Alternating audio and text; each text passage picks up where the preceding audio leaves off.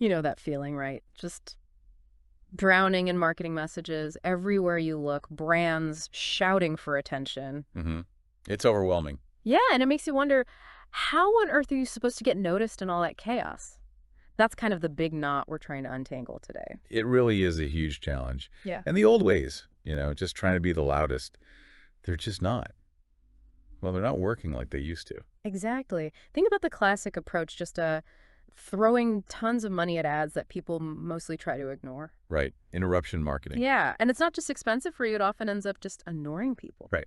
breeding resentment, not interest. Totally. And then there's the, oh, I'll build a website and just hope people find it It's approach. just so passive. You end up just like shouting into the void, hoping the right clicks just magically appear. Hmm. Or the big celebrity endorsement gamble. Huge Mhm. cost. And does it even break through the noise anymore? Does it Mm. connect with your specific audience? Often not. So true. And sticking with those old tactics, that really costs you. Oh, absolutely. We're talking wasted marketing budgets, gone without a trace. Teams getting frustrated because nothing's landing. And that core problem, failing to connect with the people you actually need to reach. Yeah. But Yeah. there's a different way to think about this for you, a more hopeful way. Which brings us to the idea virus. Exactly. This idea that you can create something, an idea, a concept, a product that's so compelling, so interesting, it just spreads naturally, person to person. Seth Godin's work on this, Unleashing the Idea Virus, that's really our guide here today. And the core shift, it's moving away from just broadcasting at people Right. and focusing instead on creating something people genuinely want to share. So for you listening right now, this kind of boils down to three big shifts. First, you got to create ideas that are genuinely remarkable. Like truly innovative products or content that hits home or just amazing customer experiences, things people feel almost obligated to talk about. Yeah. And second, it's about finding and empowering those sneezers. Those influential people in networks who naturally spread good ideas around. And third, it's building a system, right? Making it easy for this organic spread to happen through networks of people who are actually interested. When you look at it that way, it's a much more sustainable and honestly powerful path for you to gain real traction. Absolutely. So that's what this deep dive is all about. We're going to break down how you can actually create and unleash your own idea virus. We've got 7 sections lined up. 1. The power of the idea virus itself. Why ideas are king now. 2, finding and engaging those crucial sneezers. 3. What makes an idea virus-worthy? Is it worth sharing? Is it easy to share? 4, the importance of the hive, choosing your target audience wisely. 5.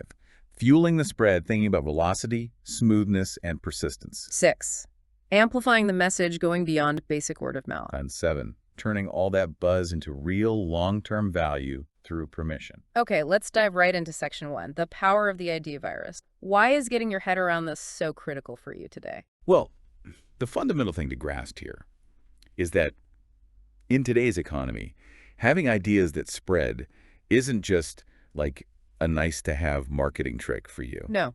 No, it's becoming essential. Mhm. Essential for survival and definitely essential for serious growth. Okay, so let's unpack that why a bit more for our listeners. What are the real upsides for you in using idea viruses? Well, first, think about how many markets are winner-take-almost-all now. Right, a few players dominate. Exactly.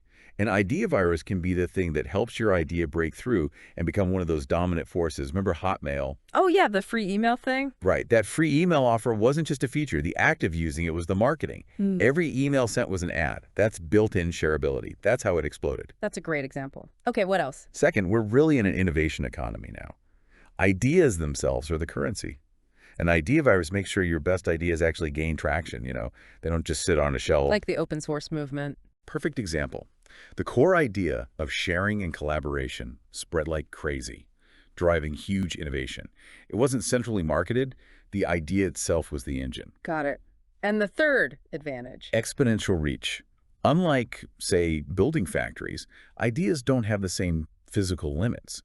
A really resonant idea, like a viral piece of content, can literally circle the globe overnight.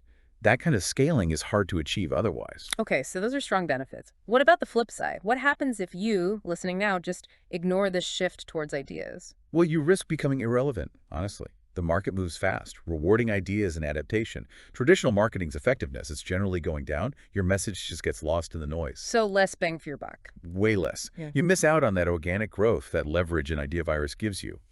And, maybe the scariest part, you'll struggle to keep up with competitors who are using these idea-driven strategies to grab market share from you. Okay, so let's make this concrete. Any U.S. strategies or companies that really embody this idea power, things that might spark ideas for listeners. Sure, look at HubSpot. Their whole thing is inbound marketing, creating genuinely useful content that solves problems. People find them. That's an information idea virus. Right. Attracting, not interrupting. Exactly. Or think about product-led growth, like Dropbox in the early days. Their referral program basically baked sharing into the product itself. Use it, share it, get more space. Simple, viral. Smart. And then there's Tesla. It's not just about cars, is it? It's about this huge mission, sustainable energy. That powerful idea has built an incredibly passionate following.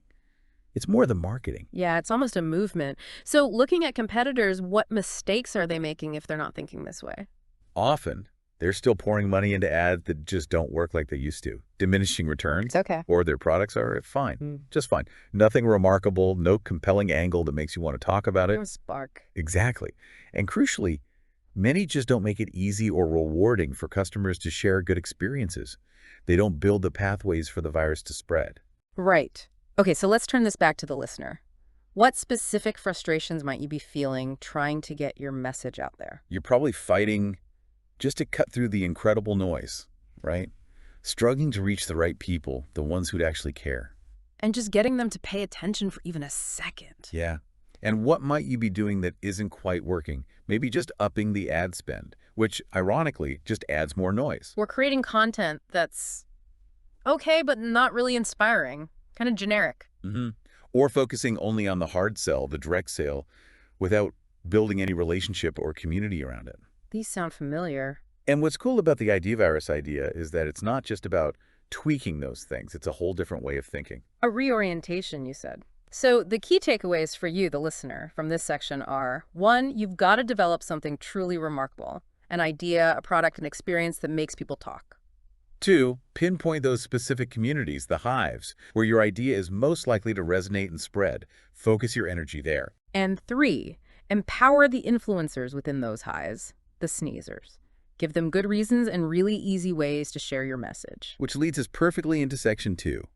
Finding and actually engaging those sneezers. They're really the heart of this whole thing, aren't they? Absolutely. The engine, you could say. So why is it so critical for you to really focus on these sneezers? Because they're like force multipliers for your idea.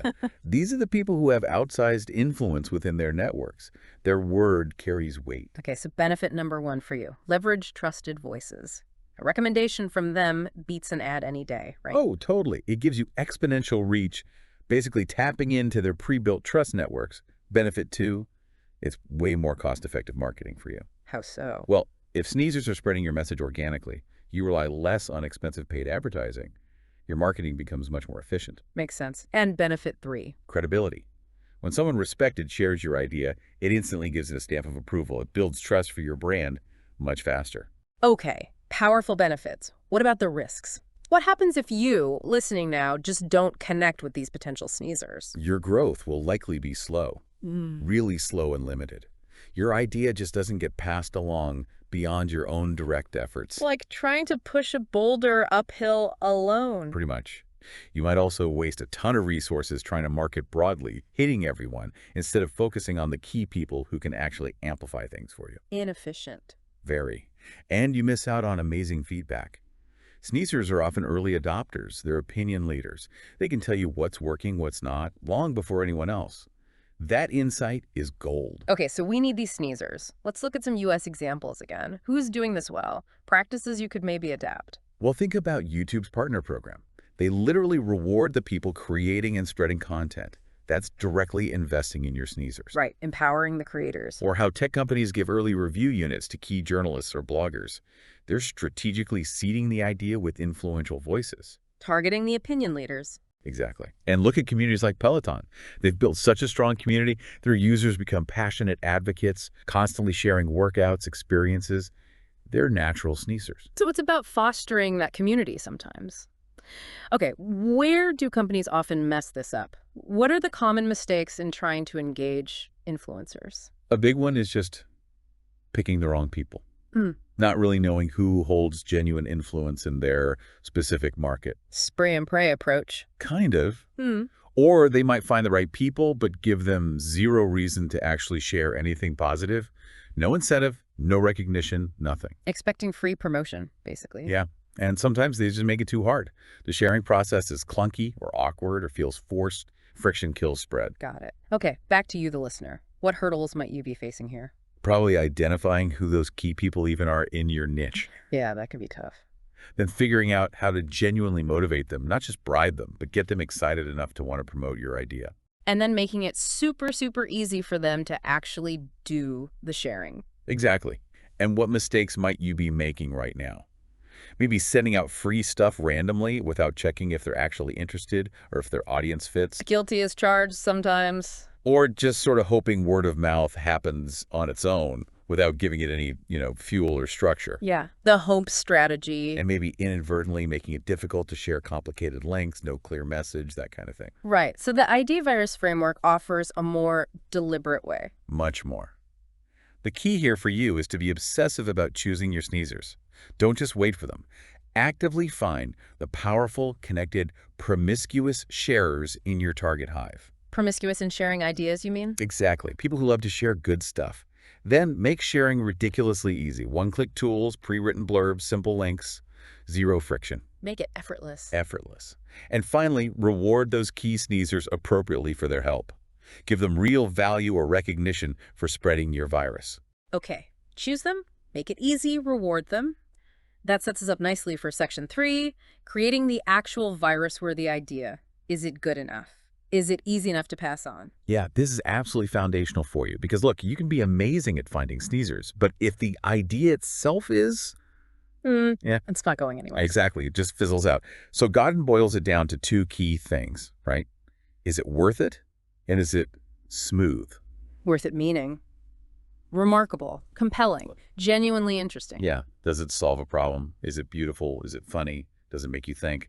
Does it offer real value? It needs that spark. And smooth meaning. Easy to grasp, easy to explain to someone else, easy to share, low friction in transmission. Okay, so if you nail both worth it and smooth for your audience, you've potentially got something powerful. Potentially, yeah.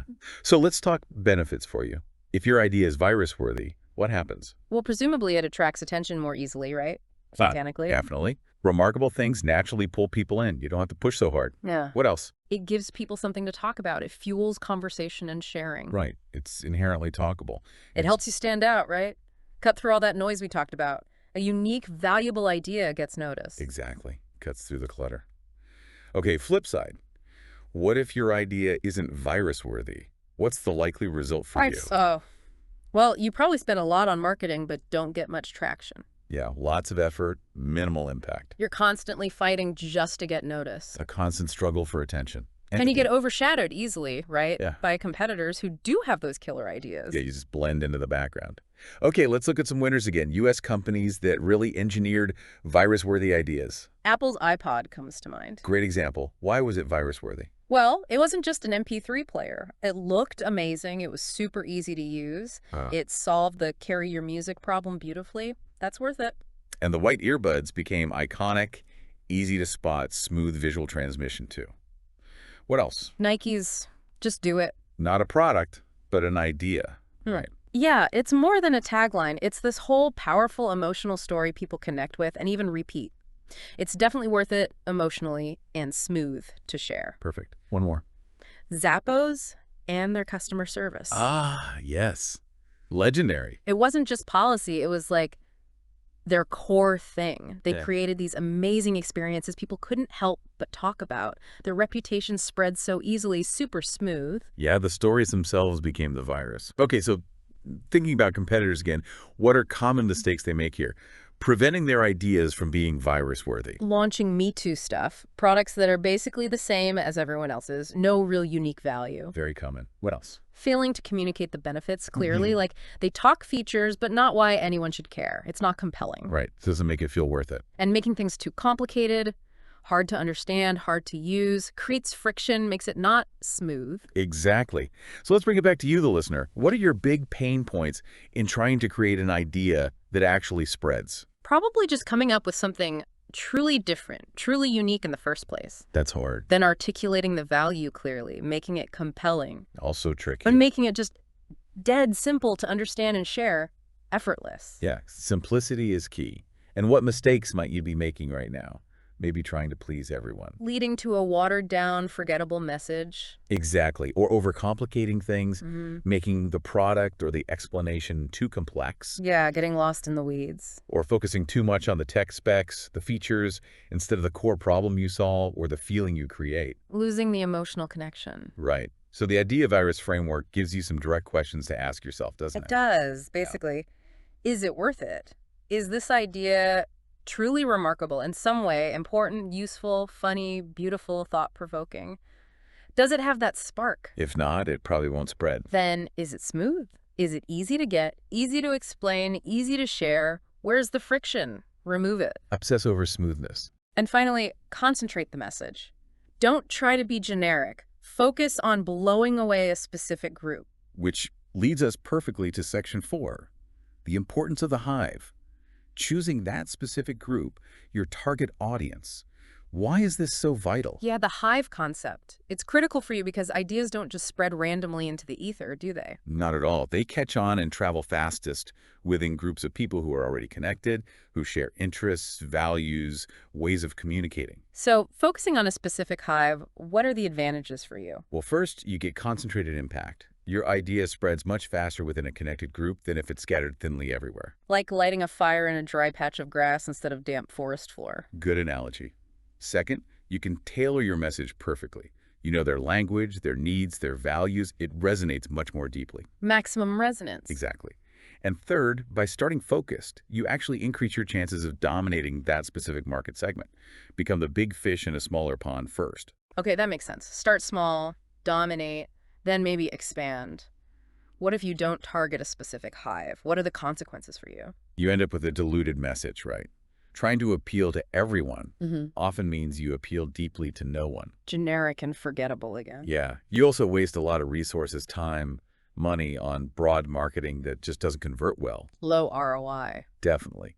And the spread is just slower, less impactful overall. It never reaches that critical mass within any one group. Okay, let's look at some US examples of companies that really get the hive concept. Twitch is a great one, built entirely for the gaming hive. Everything is tailored to gamers. Yeah, I own that space. Or think about Harley-Davidson. They didn't just sell motorcycles. They tapped into the whole biker subculture, its values, its identity. That created incredible loyalty within that hive. Right, it's about belonging. Absolutely. And you see it all the time in beauty brands, targeting very specific age groups, skin types, even ethical concerns, hyper-focused on their hive. So where do companies typically go wrong with targeting? What are the pitfalls? The biggest one is probably thinking their product is for everyone. The everyone trap. Yeah. It leads to generic marketing that connects with nobody. They might also just not understand the specific ways a community communicates, the channels, the influencers, the slang even. They're outsiders looking in. Right. And they often underestimate how powerful that shared identity, that sense of belonging within a hive, really is for driving adoption. Okay, back to you, the listener. What are your specific challenges in finding and reaching the right hive? Probably just identifying which groups would be most interested in the first place, right? Yeah, who are they? Where are they? Then understanding their unique needs, what they value, how they talk to each other, Really getting inside their heads. and then figuring out how to actually reach and engage them authentically, not just blasting messages at them.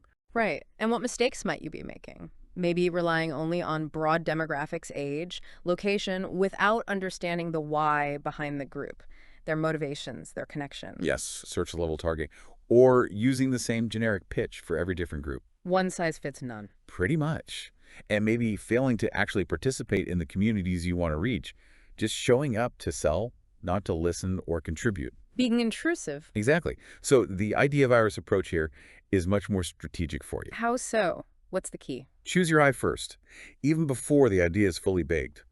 Look for a group with a clear problem or need that has sneezers, strong internal connections, lots of communication, and maybe a gap, a vacuum your idea can fill. hive first, then idea. Interesting. Then, don't try to conquer the world day one. Attack small, intimate hives first. Overwhelm that smaller group with value and attention. Build momentum there. Dominate the niche. Yes. And finally, really understand how often people within that hive interact. Target high communication groups. Ideas spread faster where people talk more. Makes sense. Focus on the talkative hives. Okay, that leads us to section 5. Fueling the spread. We've got the idea, we've got the hive. Now, how do we make it go fast, smoothly, and make it last? Velocity, smoothness, persistence. Exactly. These 3 factors are crucial for you to ensure your idea virus doesn't just sputter out. You need it to spread quickly, velocity, easily, smoothness, and have staying power, persistence. Okay, let's break down the benefits for you. High velocity gets you Rapid adoption, quick market penetration, getting out there fast, especially if there's competition. Smoothness gets you. Effortless sharing, wider reach, fewer barriers means more people pass it on. And persistence gets you. Long-term impact, sustained relevance. Your idea doesn't just become yesterday's news. Okay, good stuff. What if you neglect these for your idea? What happens? Slow growth, missed opportunities. If it's not fast enough, someone else might beat you to it. If it's not smooth. Limited reach. People just won't bother sharing if it's difficult or clunky. Friction kills it. And if it lacks persistence. It fades away. Short-lived buzz, no lasting impact. A flash in the pan. Got it. Okay, US examples. Who nails velocity, smoothness, or persistence? Think about Zoom's rise, especially early in the pandemic. Joining a meeting was incredibly easy. That's smoothness driving massive velocity. Yeah, it spread like wildfire. Or think about any truly viral video or infographic. They're designed for maximum smoothness. Easy to watch, easy to understand, one-click sharing. Built for sharing. Totally. And for persistence, look at strong loyalty programs like StarOps Rewards. They keep people engaged, coming back, interacting with the brand over the long term. Building that ongoing connection. Okay, so what mistakes might competitors be making here, hindering their own spread? Maybe creating barriers to even trying the product. Complicated signups, high initial cost. That kills velocity. Making it hard to get started. Yeah. Or just making it difficult to share. Yeah. No easy share buttons, hard to explain value proposition that hurts smoothness. Lack of shareability. And failing to provide ongoing value or reasons to stay engaged. They treat the launch like the end, not the beginning. That kills persistence. Right. Okay, listener challenges. What are your likely struggles in making your idea spread effectively and last? Getting that initial momentum, right? That rapid early adoption, achieving velocity. Yeah, getting it off the ground. Ensuring that sharing process is absolutely frictionless, nailing the smoothness. Making it effortless. And then keeping people interested over time, maintaining engagement, achieving persistence. Keeping the fire burning. And what mistakes might you be making? Launching with maybe artificial hurdles, things that slow people down unnecessarily. Like complex setup or demanding too much info up front. Yeah, or not having obvious, super simple ways for people to share. Hidden share buttons, long, confusing links. Exactly. And maybe just thinking the launch is the big finale, dropping the ball on follow-up and ongoing engagement. Yeah, launch and abandon. Very common. So the Ideavirus framework gives you some practical levers here. What are the key solutions for the listener? Well, think about your launch. Sometimes, if the market's ready or competitive, you need a big splash for velocity. But often, launching smaller within that key hive can actually create faster initial spread within that core group. Strategic launch sizing. Right. Then, obsess over smoothness. Make forwarding, talking about it, sharing online. Make it all incredibly trivially easy. Remove every single barrier you can find. Obsess over easy. Totally. And finally, turn that initial trial or buzz into persistence. How? By getting permission to follow up and consistently delivering value over time. Don't let them forget you. Get permission, provide value. Okay, which flows right into section 6. Amplifying the message. Going beyond just one person telling another. How do we magnify this? Yeah, because in our digital world, you can actively help word of mouth spread much further and faster for you. It's about creating systems for amplification. Okay, so what are the benefits for you of actively amplifying your message? Wider reach, faster spread. Obvious one. You get your idea out to more people more quickly than just relying on chance encounters. Makes sense. What else? Increased credibility and social proof. When lots of people seem to be talking about something online, it feels more legitimate, more important. Safety in numbers, kind of. Sort of, yeah. And with digital tools, you can actually track the spread better. See what's working, who's sharing, get valuable data. Better insights. Okay, what if you don't actively amplify? Just rely on basic WOM. Well, your reach is likely to be much smaller and growth much slower. It's less predictable. Harder to scale. Yeah. It's also really hard to measure the impact. You don't really know what's happening. And you miss chances to connect with and encourage your biggest fans, your advocates. Right. Okay, US examples of effective amplification. Think about all the SaaS companies with referral programs. Refer a friend, you both get a discount. That's structured amplification. Incentivizing the spread. Exactly. Or brands that actively encourage and showcase user-generated content reviews, photos, videos. They're amplifying their customers' voices. Leveraging customer proof. Right. And obviously using social media strategically. Not just posting, but enabling discussions, making content easily shareable, running contests that encourage sharing. Using the platform's built-in amplification tools. Okay, where do companies often drop the ball on amplification? A big one is just not making it easy to share online. Like someone loves the product, but there's no simple share this button anywhere. Missed opportunity. Huge. Or not monitoring online chatter. They have no idea people are talking about them, positively or negatively. Flying blind. Yeah. Yeah. And missing chances to use great customer testimonials or content that's already out there, just letting it sit there instead of amplifying it. Leaving value on the table. Okay, listener challenges again. What are your likely hurdles in maximizing reach? Probably figuring out how to get beyond your immediate circle, right? How to reach those wider networks. Breaking out. Harnessing all these different online tools and platforms effectively, it can feel overwhelming. Choosing the right channels. And turning someone who's just passively interested into someone who actively shares it with others. That activation step. Getting them to take action. And what mistakes might you be making? Maybe just asking people to share vaguely without a clear reason why or an easy way how. Yeah, the weak call to action. Yeah. Or maybe not engaging online at all, not responding to comments or mentions. Being passive online. And maybe relying too much on paid ads and neglecting all these powerful organic amplification methods. Ignoring the free amplification. Right. So the Ideavirus framework offers specific tactics here for you. What are the solutions? Digitally augment your WOM. Build in those easy online sharing tools, send a friend, social buttons, easy links to review sites. Make digital sharing seamless. Augment WOM with tech. Yes, create a system to amplify positive mentions and maybe even manage negative feedback constructively, like directing unhappy customers to a dedicated support channel instead of public blasting. Systematize amplification and feedback. And think about rewarding the friends of your best sharers. Tap into altruism. Make your sneezers look good by helping them share something valuable with their network, maybe even giving the friend a benefit too. Reward the network. Interesting. Okay, that brings us to the final piece, section 7. Turning all this virus into actual value, permission, and the future. How do we make this buzz last and mean something for you? This is absolutely crucial for you. All that spread, all that attention, it's temporary unless you convert it into something sustainable. And that's where permission marketing comes in. Getting permission to continue the conversation. Exactly. Building a direct relationship with the people your Ideavirus reached. Okay, what are the advantages for you of getting that permission? Well, first, you build real, lasting relationships with people already interested in you. That's huge. Deeper connection. Second, future marketing becomes way more cost-effective for you. You're talking to a warm audience that wants to hear from you, not paying to interrupt strangers. Cheaper, more effective marketing. Definitely. And third, that list, that community of people who've given you permission.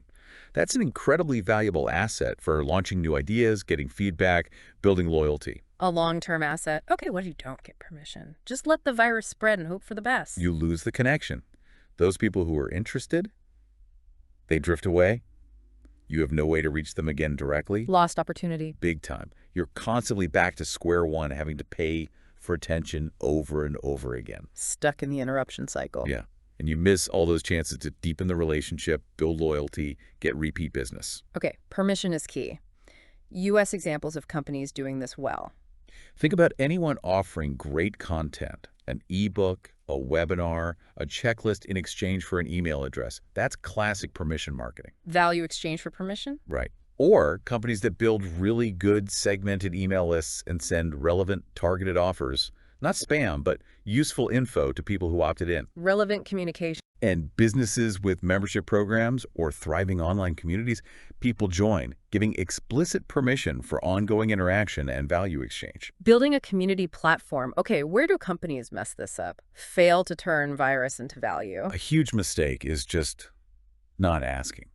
They get the buzz, the traffic, but have no mechanism to capture emails or get opt-ins. The interest evaporates. No capture mechanism. Right. Or they get the permission, but then just revert to blasting generic interruptive ads anyway. They break the trust. Misusing the permission. Exactly. And they just miss opportunities to nurture those leads, those interested people, into loyal customers through ongoing, valuable, permission-based communication. Failing to nurture. Okay, listener challenges.